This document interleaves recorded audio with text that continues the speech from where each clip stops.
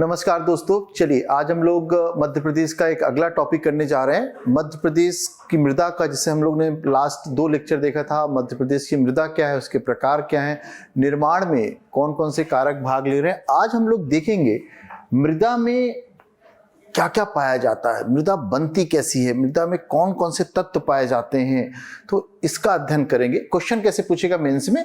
Question आपसे ऐसे पूछेगा कि मध्य प्रदेश में पाई जाने वाली मृदा के संगठन को वर्णित कीजिए या मध्य प्रदेश के मृदा संगठन का वर्णन कीजिए।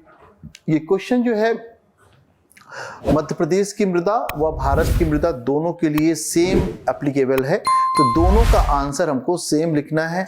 सामान्यतः जहां तक मेरी सोच कहती है, ये बड़े 50 शब्दों के जो आंसर रहेंगे उसमें पूछा जाएगा। अगर 200 शब्दों में पूछा जाएगा तब भी हम इसको करने की क्षमता रख सकेंगे इस लेक्चर को पढ़ने के बाद।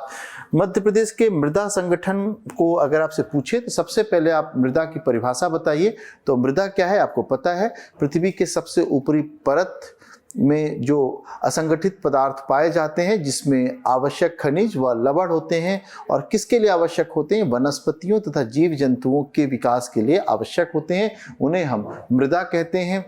कल हमने देखा था, जो लास्ट लेक्चर देखा था, कि मृदा के निर्माण में 5 प्रकार के कारक भाग ले रहे थे। हम उसको भी यहाँ पे डिफाइन कर देंगे कि मृदा निर्माण में आधारभूत शैलें, जलवायु, उच्चावच, समय अवधि आदि कारकों का योगदान रहता है। तो पहला क्या बताया हमने आंसर में अपने, हम लोगों ने अपने आंसर में ये देखा कि क्या क्या लेना है हमें। देखिए, एक तो हमें लेना है कि मृदा की परिभाषा को ले लेना है। यहाँ पर मृदा की परिभाषा को हम बता देंगे यहाँ पर।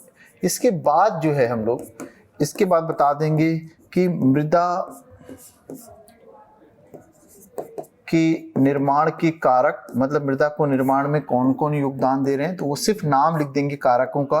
5 कारक ले लेंगे हम लोग फटाफट। कौन कौन से कारक थे? एक तो हमारी आधारभूत शैलें, दूसरा उच्चावच, ठीक है, तीसरा जलवायु, चौथा जीवांश, 5वां जो है समय अवधि। हम लोग देखा था ये 5 कारक जो थे भाग ले रहे थे मृदा निर्माण में। लास्ट लेक्चर में हमने इसमें बेहद चर्चा की थी। और इसके बाद हम आएंगे मृदा के संगठन में, और तब बताएंगे कि मृदा के संगठन में ये 4 कारक भाग ले रहे हैं। कौन कौन सा?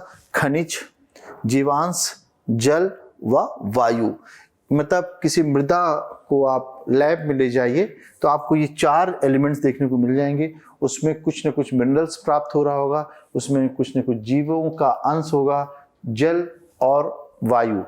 जल को जो आप लोग कहते हो कि कैसी सूखी मृदा है या आर्द्र मृदा है, वो उपस्थित जल की मात्रा के आधार पर निर्भर करता है। ठीक है, ये ध्यान रखना हमको।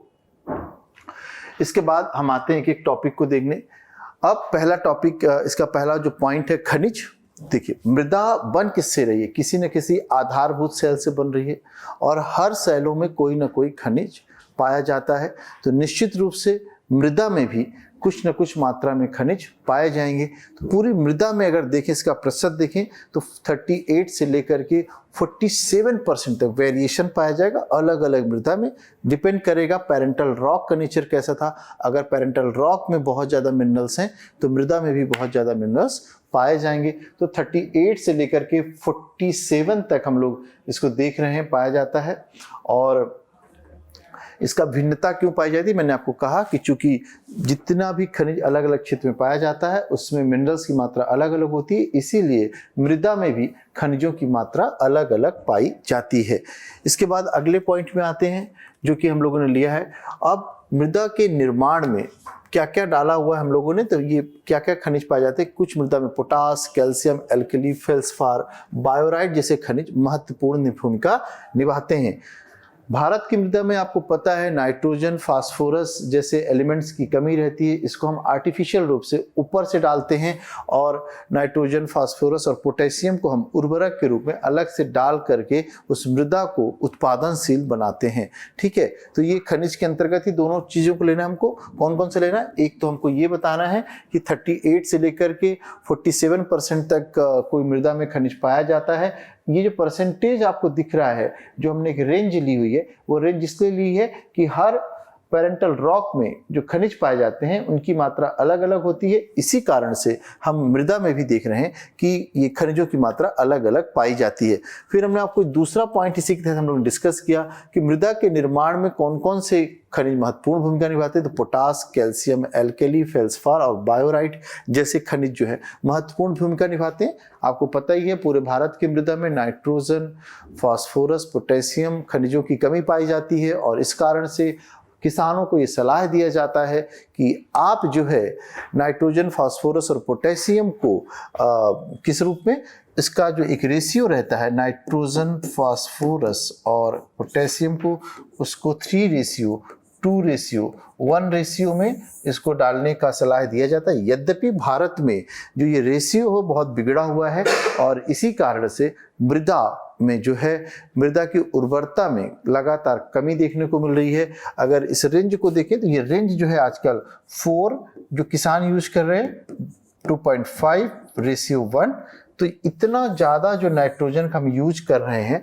और यही कारण है कि हमारा नाइट्रोजन चक्र भी इस इतने ज़्यादा उर्वरक डालने के कारण डिस्टर्ब हुआ है। वो यहाँ पे टॉपिक नहीं है, लेकिन हमको सिर्फ इतना लिख लेना है इसमें इस पॉइंट को कि जो एडवाइजरी रहती है नाइट्रोजन, फास्फोरस और पोटेशियम को मृदा में मिलाने की, वो 3:2:1 के हिसाब से रहती है। लेकिन जो भारत में अभी ट्रेंड चल रहा है, जो भारत में किसान इसका रेशियो यूज कर रहे हैं, वो है ये आपका 4:2.5:1 का रेशियो चल रहा है, जिसके कारण से मृदा के गुणों में कमी आ रही है। मृदा में एक तरह से उसकी उत्पादन क्षमता कमी आ रही है और मृदा जो है प्रदूषित होती जा रही है। ठीक है, इसके बाद आते हैं जीवांश तथा जीव, बहुत ही महत्वपूर्ण कारक। मृदा की उत्पादन क्षमता इस बात पर निर्भर करती है उसमें ह्यूमस कितना होगा।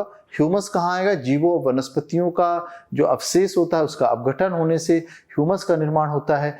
और मृदा की उत्पादन क्षमता ही इस बात पर निर्भर करती है कि किसी मृदा में ह्यूमस की मात्रा कितनी ज़्यादा पाई जाती है। सामान्यतः 5 से लेकर के 12% तक मृदा में ये अंश पाए जाते हैं और उष्णकटिबंधीय जलवायु में निश्चित रूप से ह्यूमस की मात्रा कम होती है तुलना में शीतोष्णकटिबंधीय जलवायु के। उसका कारण जो मैंने लास्ट लेक्चर में भी डिस्कस किया था, यहाँ पे भी देख लेते हैं। उष्णकटिबंधीय जलवायु में अत्यधिक तापमान पाए जाने के कारण बैक्टीरिया का जनन अत्यधिक होता है और ये बैक्टीरिया जो है ह्यूमस को खाने का कार्य करती है। इसके कारण से उष्णकटिबंधीय जलवायु में ह्यूमस की मात्रा कम पाई जाती है, जबकि शीतोष्णकटिबंधीय जलवायु में तापमान कम पाया जाता है। तापमान कम पाए जाने के कारण बैक्टीरिया कम मात्रा में पैदा होते हैं और इसलिए वहाँ पर जो है मृदा में ह्यूमस बचा रह जाता है, क्योंकि बैक्टीरिया के द्वारा कंजप्शन कम मात्रा में इनका किया जाता है। इस कारण से आप देखोगे शीतोष्णकटिबंधीय क्षेत्र में मृदा की जो उत्पादन क्षमता है प्रति हेक्टर उष्णकटिबंधीय जलवायु की अपेक्षा ज़्यादा पाई जाती है। ठीक है, अगले पॉइंट में आते हैं हम लोग, मृदा जल। मृदा में जल भी पाया जाता है और ये जल की मात्रा 15 से लेकर के 35% तक होती है। मृदा के जल का, ये जल आता कहाँ से मृदा से? तो मृदा में जो जल आता है वर्षा के द्वारा, मृदा ने अगर आपने मृदा को देखा होगा तो इसमें रंध्र पाए जाते हैं और जो खाली रंध्र होते हैं वहाँ पर वर्षा का जल प्रवेश कर जाता है और इन जलों का सर्वाधिक प्रयोग जो है वनस्पतियाँ अपने विकास में करती हैं। ठीक है, ध्यान रखना है। और यही जो मृदा का जल है मृदा को भी अनुर्वरक होने से बचाती हैं, क्योंकि इसमें आर्द्रता मेंटेन रहती है और मृदा जो है संगठित अवस्था में हमको मिलती है। ठीक है, ध्यान रखना हमको। इसके बाद आते हैं नेक्स्ट, मृदा वायु।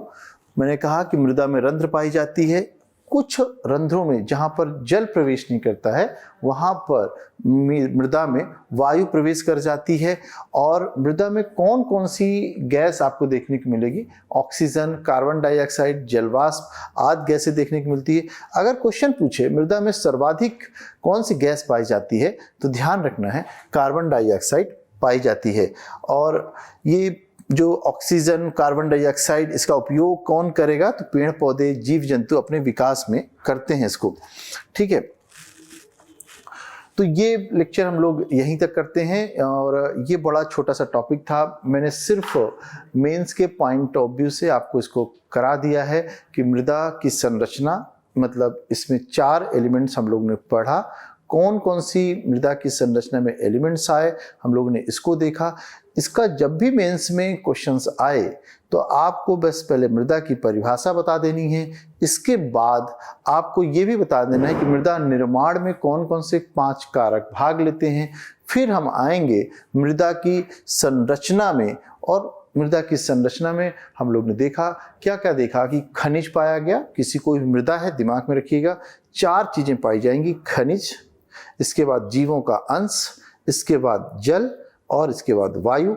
वात का मतलब ये नहीं कि कोई सीक्वेंस में, ये चारों एलिमेंट्स इस मृदा में पाए जाते हैं और जो कि मृदा की संरचना को डिसाइड करते हैं। तो ये लेक्चर यहीं तक करते हैं। Thank you very much. अगला लेक्चर मैं एक और मृदा में लेके आऊँगा आपके लिए, मध्य प्रदेश में मृदा अपर्दन।